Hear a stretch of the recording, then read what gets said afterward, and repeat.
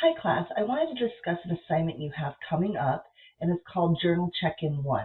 You will actually have 3 journal check-ins in this course. I do this for a couple of reasons. I want to help you and make sure that you personally are on track for success. Most of you really want an A in this class, and I want to help you get there. And so it allows me to kind of do a little bit of a deep dive with you. The other thing I do is to help keep you on track because I know this class is overwhelming at first. The first 4 weeks of this class will be your hardest 4 weeks of this class.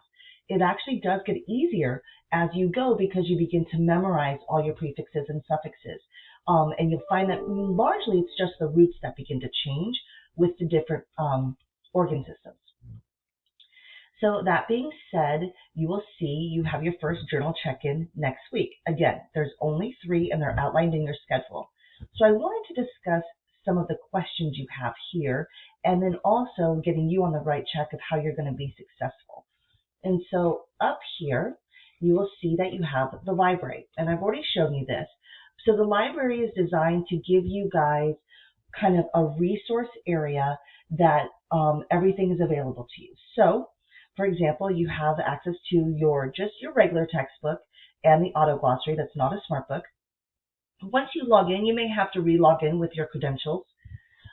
You have different aspects down here of just notes that I've pulled to help you just focus you in on specifics of that organ system. But what we're really talking about now is how to ace medical terminology. So I wrote this. So I do think you should read through it. But what I also feel like is, sometimes teachers tell you how to do something, and sometimes it's best to hear from the students. So I teach about 150 or 200 medical students a semester. And last semester, I asked my students to give me the best advice they have for you. And so I pulled here what most students said. Now, you'll notice the way they wrote, things like that. This is directly from the students. Again, these were the most frequently cited recommendations. I would like you to read through this. It's 2 pages. It could have been overwhelming, so I didn't want to make it too overwhelming.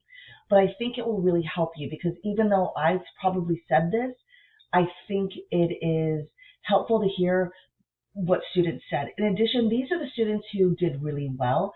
And actually, in my class, I find that the students that make it to the end, 75% of them are going to get an A or B because they nail it down and they get it right. And so one of these questions is to read through this and tell me what tools you are going to use to make sure that you are successful.